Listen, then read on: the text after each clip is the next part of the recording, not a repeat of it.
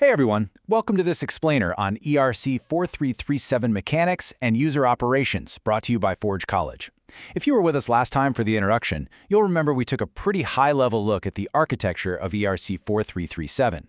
Well, today we're zooming way in. We're breaking out the magnifying glass and putting the internal mechanics of smart wallets right on the drafting table. Let's get to it.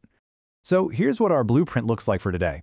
We're going to start with the core mechanics. Then we'll introduce this really helpful sealed envelope metaphor to make sense of the data. From there, we'll peel back the outer logistics layer, dive into the inner intent layer, and then see exactly what happens when we hit the entry point checkpoint.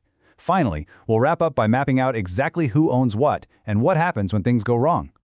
All right, let's jump straight into part one and look at the actual concrete plumbing of this system.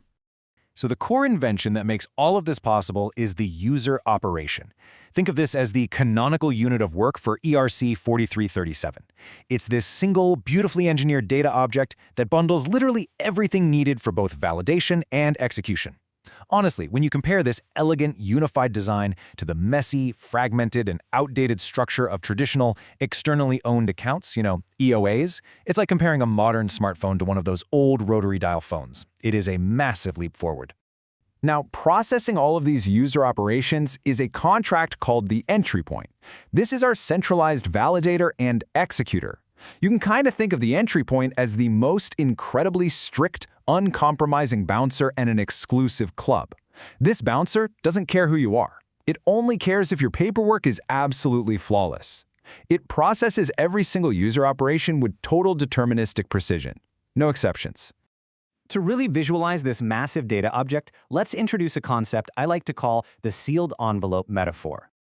We can split our mechanical widget into two highly digestible chunks. First up, we've got the outer layer. This handles all the logistics. The postage, the routing, the sender details. Basically, it's everything required to get the package from point A to point B.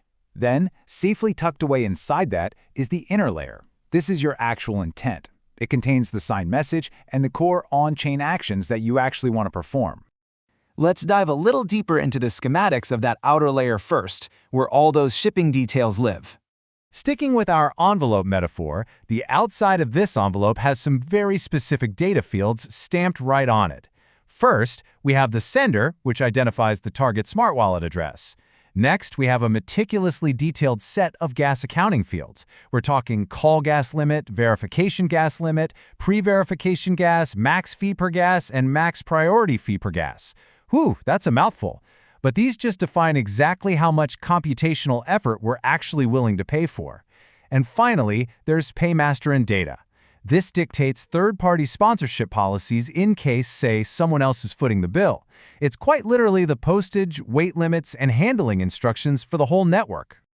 Now let me pose a practical question to test how well this metaphor is working for you.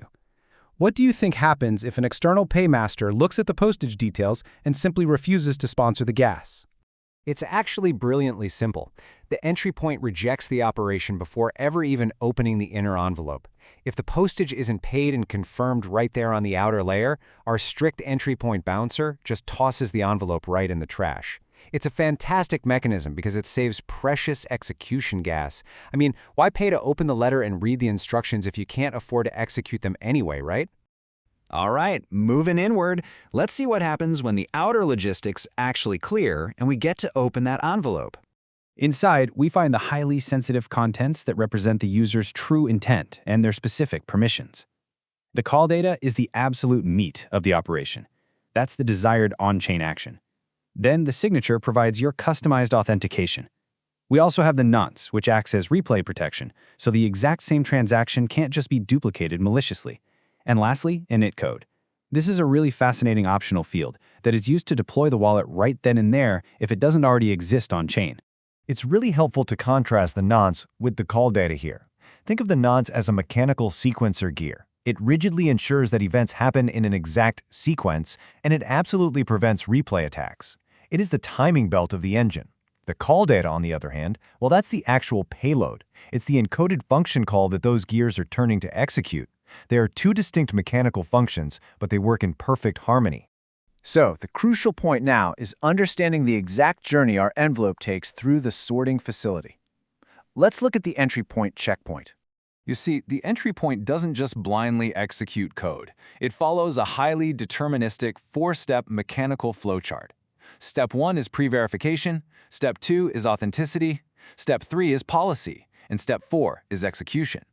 By strictly separating the validation stuff in the first 3 steps from the actual execution in Step 4, the whole system remains incredibly secure and predictable. Let's detail that very first check. Step 1, pre-verification. This is where the system checks the outer zipper of our envelope for sensible gas caps and numerical boundaries. If those basic numbers are nonsensical or mathematically impossible, the process just stops immediately. Boom! The network does not waste a single drop of computational effort trying to decipher the rest. Now, if the numbers do make sense, we move right along to steps 2 and 3, authenticity and policy. Here, the entry point dives into verifying the wallet's internal signature rules to make sure you are exactly who you say you are. If it's a brand new wallet, it runs that initCode we mentioned earlier to deploy it. It also calls those external paymaster hooks to ensure the gas funding is fully secured and authorized according to the paymaster's unique policies. And this brilliantly illustrates our core concept. Only after all those logistics, authentications, and policies are perfectly cleared do we finally reach Step 4, execution. This is where the inner layer is opened up and the requested call data is actually run on-chain. The state change is the very last mechanical movement in the entire sequence. Let's wrap up our blueprint by explicitly mapping out responsibilities. Who owns what, and who takes the blame when things go sideways? This reference matrix here is fantastic because it shows exactly which actor builds each field and which actor verifies it. For instance, look at the sender field. That is constructed by the wallet or the bundler, but it is rigorously verified by the entry point. Or the signature.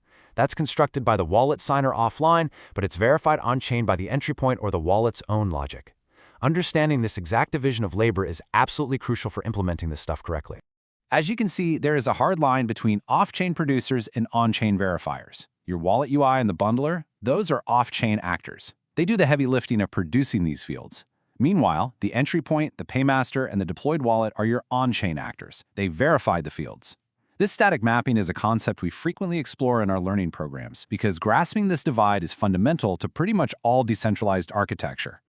But hey, what happens when validation fails somewhere along the line?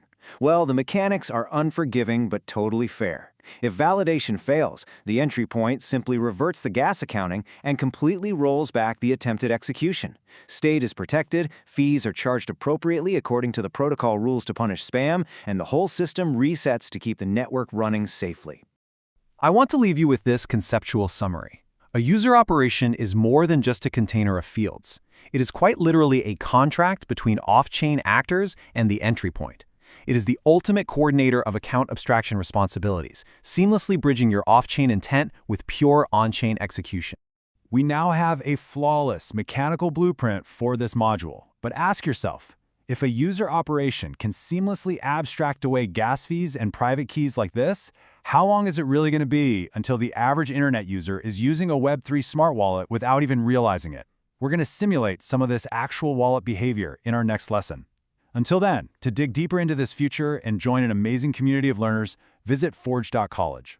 Keep exploring, and I'll catch you in the next explainer.